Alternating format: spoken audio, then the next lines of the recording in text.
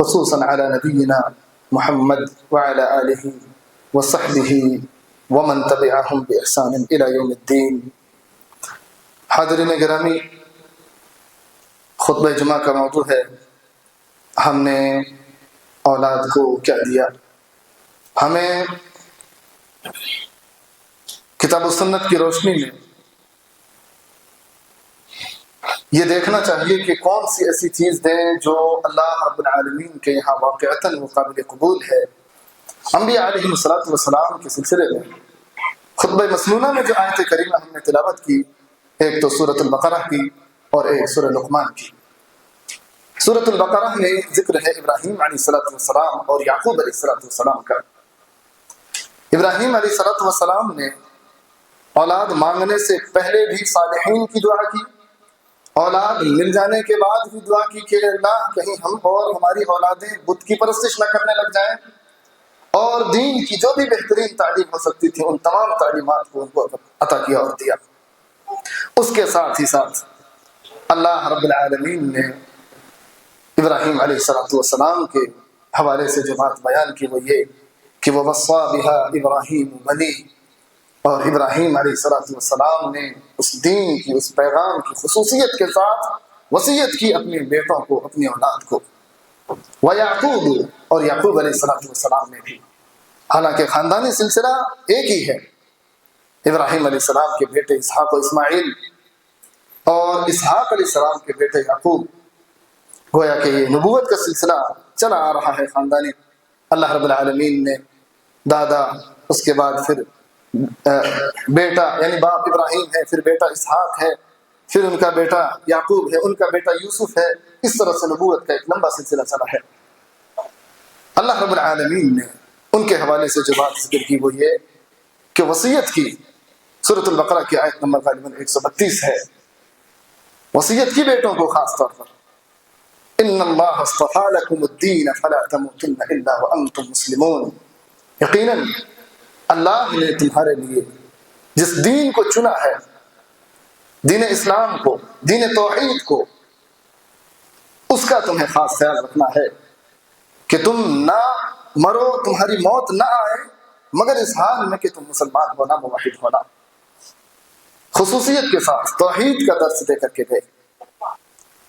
اور یعقوب علیہ السلام کے سلسلے میں اگلی آیت میں ذکر کیا، ام کنتم شہداء اذ حضر یعقوب الموت اذ قال لبنیہ۔ ابراہیم علیہ السلام کے بعد یعقوب علیہ السلام کا جب تذکرہ آیا تو یہاں پر خاص طور پر موت کا لفظ استعمال کیا اللہ رب العالمین نے، کہ جب یعقوب علیہ السلام کی وفات کا وقت آیا اس وقت انہوں نے اپنے بیٹوں کو طلب کیا اور کہا کہ تم میرے بعد، من بعدی، تم میرے بعد کن کی عبادت کرو گے؟ بیٹوں نے کہا قالوا نعبد الہک، وہ اللہ رب العالمین کی ہی ہم عبادت کریں گے، جو ایک الہ ہے، ایک ہی معبود ہے، حقیقی معبود، ہم اسی کی عبادت کریں گے، اور یہ کہ ہم مسلمان ہیں اور ہم مسلمان ہی رہیں گے۔ انبیاء علیہ السلام کے بعد صلحاء کا جو ذکر ہے یعنی صالحین کا، ان میں سے ایک نام خصوصیت کے ساتھ قرآن میں ذکر ہے اور وہ ہے لقمان۔ اللہ رب العالمین کے نیک بندوں میں سے، حتیٰ کہ اللہ نے ان کے تعلق سے یہ بھی ذکر کیا کہ وَلَقَدْ آتَيْنَا لُقْمَانَ الْحِكْمَةَ، ہم نے لقمان کو حکمت اور دانائی کی باتیں، عقل مندی کی باتیں عطا کی۔ سورہ لقمان ایک مکمل سورت موجود ہے، اس سورت میں اللہ رب العالمین نے ان کے حوالے سے، ان کے بیٹے کے حوالے سے نصیحت کی باتیں ذکر کرتے ہوئے بہترین نصیحت کی باتیں ذکر کی ہیں، اور ہر کسی والد کو چاہیے کہ اپنے بیٹوں کو ان آیتوں کی خاص طور پر تلقین کرے، بتائے اور ان کو پڑھنے کے لیے کہے کہ قرآن کی ان آیتوں کو دیکھو۔ نصیحت کرتے ہوئے کیا کہا تھا لقمان حکیم نے؟ وَإِذْ قَالَ لُقْمَانُ لِابْنِهِ وَهُوَ يَعِظُهُ يَا بُنَيَّ لَا تُشْرِكْ بِاللَّهِ إِنَّ الشِّرْكَ لَظُلْمٌ عَظِيمٌ۔ اور یاد کرو اس وقت کو جب لقمان نے اپنے بیٹے کو نصیحت کرتے ہوئے کہا تھا کہ اے میرے بیٹے، اللہ کے ساتھ کسی کو شریک نہ ٹھہرانا، إِنَّ الشِّرْكَ لَظُلْمٌ عَظِيمٌ، یقیناً شرک بڑا بھاری ظلم ہے اللہ رب العالمین کے ذات، اس کی صفات، اس کی الوہیت کے حوالے سے۔ توحید کا درس دے گئے اللہ رب العالمین نے، ان کے حوالے سے دینے اور وصیت کرنے کی باری جب آئی تو کیا کہا؟ کہا کہ نصیحت کرتے ہوئے اپنے بیٹے کو انہوں نے یہ تعلیم دی کہ بیٹا اللہ کے ساتھ شرک نہ کرنا. شرک وہ ظلم ہے، ظلم عظیم ہے کہ اللہ رب العالمین اس کو معاف نہیں کرے گا اگر تو شرک کی حالت میں اس دنیا سے گزرے. تو اللہ رب العالمین رحمان ہے، رحیم ہے، غفور ہے، غفار ہے، اس کی رحمتیں بہت وسیع ہیں. اللہ رب العالمین جس بندے کو چاہے گا معاف کرے گا، لیکن جنہوں نے شرک کیا ہو اللہ کے ساتھ اور شرک کی حالت میں ہی اس کی زندگی ختم ہوئی ہو، پھر اس بندے کے لیے کوئی معافی نہیں ہے. کوئی بندہ اس کے لیے سفارش تک نہیں کر سکتا. اللہ رب العالمین کی جانب سے اجازت تک نہیں ملے گی اس بندے کی سفارش کے لیے. اور اس حوالے سے قرآن نے شرک کی جب بات بیان کی، اس شرک کی بات بیان کرنے کے بعد وہاں لقمان حکیم کی بات کو ذکر کیا کہ انہوں نے اپنے بیٹے کو نصیحت کرتے ہوئے یہ فرمایا. اللہ رب العالمین نے مزید اضافہ کرتے ہوئے کہا کہ وَإِن جَاهَدَاكَ عَلَىٰ أَن تُشْرِكَ بِي مَا لَيْسَ لَكَ بِهِ عِلْمٌ فَلَا تُطِعْهُمَا وَصَاحِبْهُمَا فِي الدُّنْيَا مَعْرُوفًا. سورہ لقمان کی اس آیت کریمہ میں اللہ رب العالمین نے لوگوں کو والدین کے حوالے سے وصیت کی کہ والدین کے ساتھ احسان کا معاملہ کرنا، کہ ماں نے تمہیں کس طرح سے تکلیفوں پر تکلیفیں اٹھا کر کے تمہیں اپنے بطن میں رکھا اور پھر 2 سال کی مدت میں دودھ کی چھڑائی ہوئی، دودھ پلایا تمہیں. اپنے والدین کا بھی شکر گزاری اختیار کرنا اور اللہ رب العالمین کا بھی شکر گزار بندہ بن کر کے رہنا. جب والدین کے اس بڑے دردیلے انداز میں اس بات کو بیان کیا، پھر کہا کہ وَإِن جَاهَدَاكَ، لیکن یہ بات یاد رہے کہ والدین ہیں، ان کی قدر و قیمت تمہاری زندگی میں سب سے اعلیٰ ہونی چاہیے. ان کی باتیں تمہارے لیے آنکھوں اور سروں پر ہو، لیکن اگر وہ تمہیں شرک پر ابھارے، وَإِن جَاهَدَاكَ، اگر ان کی کوششیں یہ ہوں تمہارے حوالے سے کہ وہ تمہیں شرک کی طرف رہنمائی کریں، فَلَا تُطِعْهُمَا، تو تم ان کی اطاعت نہ کرنا. والدین کے سلسلے میں یہ بات یاد دلا کر کے کہ بڑی تکلیفوں سے انہوں نے پالا ہے، بڑی مصیبتیں اٹھا کر کے تمہیں پرورشیں کی ہیں، تکلیفوں پر تکلیفیں برداشت کر کے تمہیں ایک لائق بنایا اور فائق بنایا. لیکن اگر وہ اللہ رب العالمین کہہ رہا کہ اگر وہ میرے ساتھ شرک کرنے کو کہیں تو پھر تم ان کی اطاعت نہ کرنا. وَصَاحِبْهُمَا فِي الدُّنْيَا مَعْرُوفًا، لیکن دنیاوی اعتبار سے ان کے ساتھ اچھے سلوک رکھنا.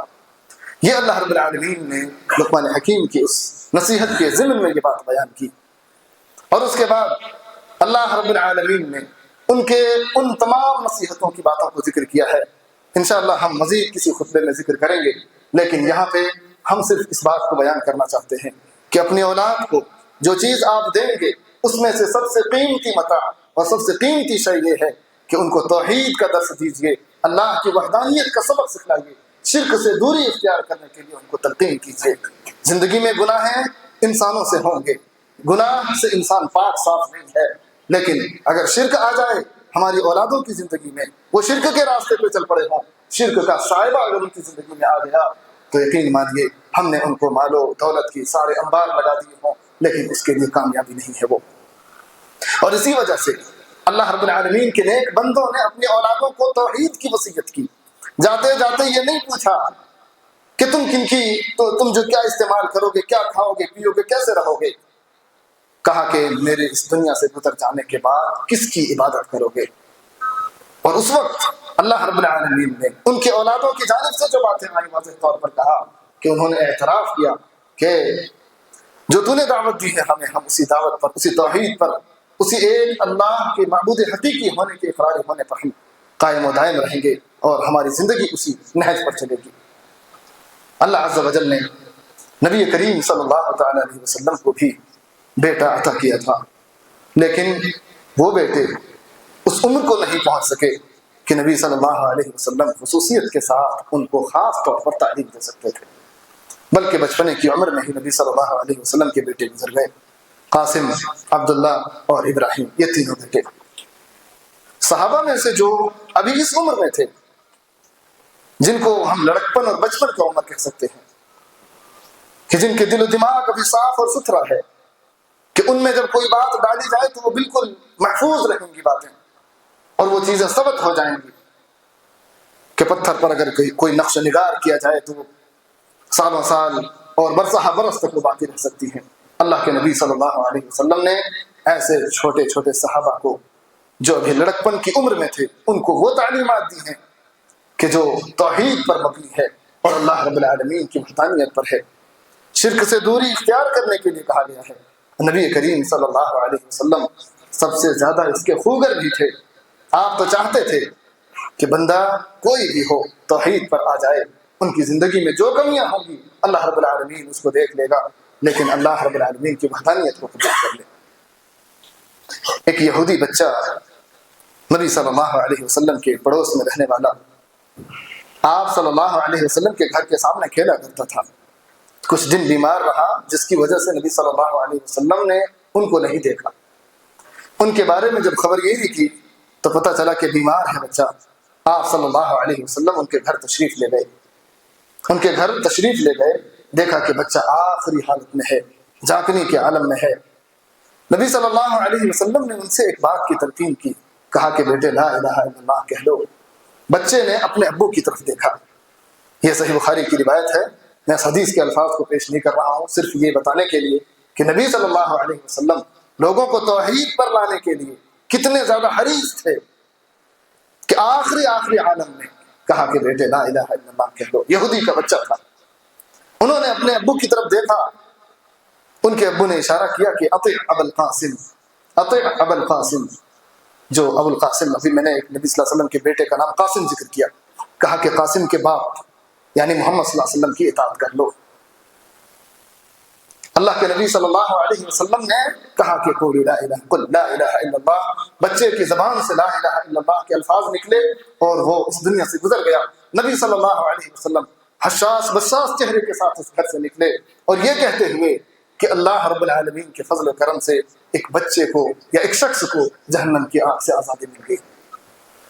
توحید کے لیے آخری حالت تھی بچے کی.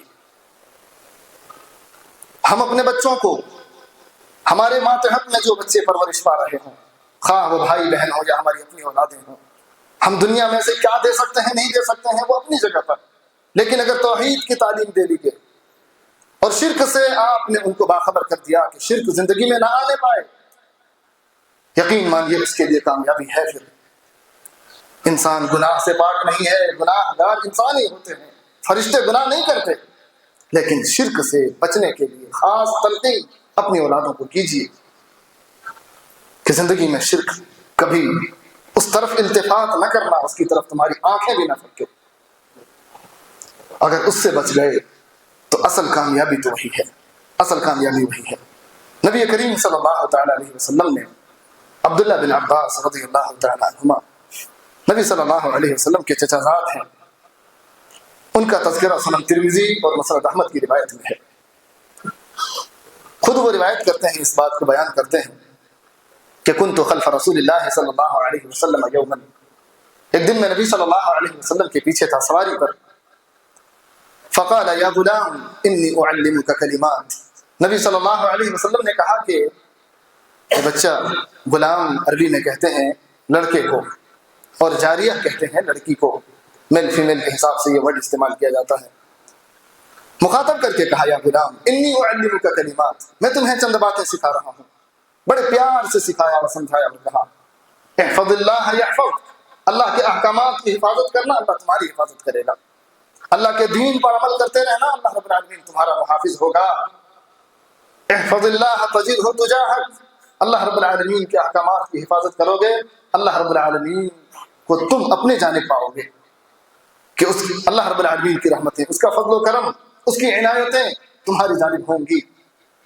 اس کے بعد جو توحید کے کلمات آگے ذکر کیا, کہا کہ اذا سألت فاسأل اللہ, جب مانگنا ہو تو اللہ سے مانگنا. ایک بچے کو تعلیم دے رہے ہیں, جب فریاد کرنی ہو اللہ رب العالمین سے مانگنا. وَإِذَا اسْتَعِنْتَ فَاسْتَعِنْ بِاللَّهِ, اور جب مدد طلب کرنی ہو تو اللہ سے طلب کرنا. بچے کو ہم تعلیم دیتے ہیں, اگر یہ تعلیم ہماری زندگی میں اپنے بچوں کے حوالے سے شامل ہو جائے تو گویا کہ اپنی زندگی میں سب سے قیمتی چیز ہم نے ان کو دی ہے. اذا سألت فاسأل اللہ, کہ جب تمہیں مانگنا ہو اللہ رب العالمین سے طلب کرنا اور مانگنا, اور جب مدد کی ضرورت پڑے تو سب سے پہلے اللہ کو پکارنا. اللہ رب العالمین کو جب پکارو گے تو تمہارے اندر جو قوت اور طاقت پیدا ہوگی وہ دنیا کی کوئی اور شے تمہیں وہ طاقت اور قوت نہیں عطا کر سکتی. اس کے ساتھ ہی نبی صلی اللہ علیہ وسلم نے ایک اور بات کا ذکر کیا اور کہا کہ وَاعْلَمْ، یہ یاد رکھو، جان لو، ان الامہ، پوری دنیا کے لوگ اکٹھا ہو جائیں، ان الامہ یہ لفظ استعمال کیا کہ سارے کے سارے لوگ جمع ہو جائیں، نبی اجتمعت علی ان ينفعوک بشیء، دنیا کے لوگ اکٹھا ہو کر کے تمہیں ذرہ برابر بھی نفع پہنچانا چاہیں، لم ينفعوک بشیء الا قد كتبه اللہ لک، وہ ذرہ برابر بھی نفع نہیں پہنچا سکتے مگر اتنا ہی جتنا اللہ نے تمہارے لیے لکھ رکھا، بس۔ وَلَوِ اجْتَمَعَتْ عَلَىٰ أَن يَضُرُّوكَ بِشَيْءٍ، اور یہ بات بھی یاد رہے کہ اگر دنیا کے لوگ اکٹھا ہو جائیں تمہیں نقصان پہنچانے کو، لَمْ يَضُرُّوكَ بِشَيْءٍ إِلَّا قَدْ كَتَبَهُ اللَّهُ عَلَيْكَ، وہ ذرہ برابر بھی نقصان نہیں پہنچا سکتے مگر اتنا ہی جتنا کہ اللہ نے تمہارے لیے لکھا ہے۔ اگر یہ تعلیم ہمارے بچوں کے ذہن میں بیٹھ جائے تو پھر خوف کس سے کھائے گا؟ وہ صرف اللہ سے خوف کھائے گا، دنیا والوں کو خاطر میں نہیں لائے گا، پھر وہ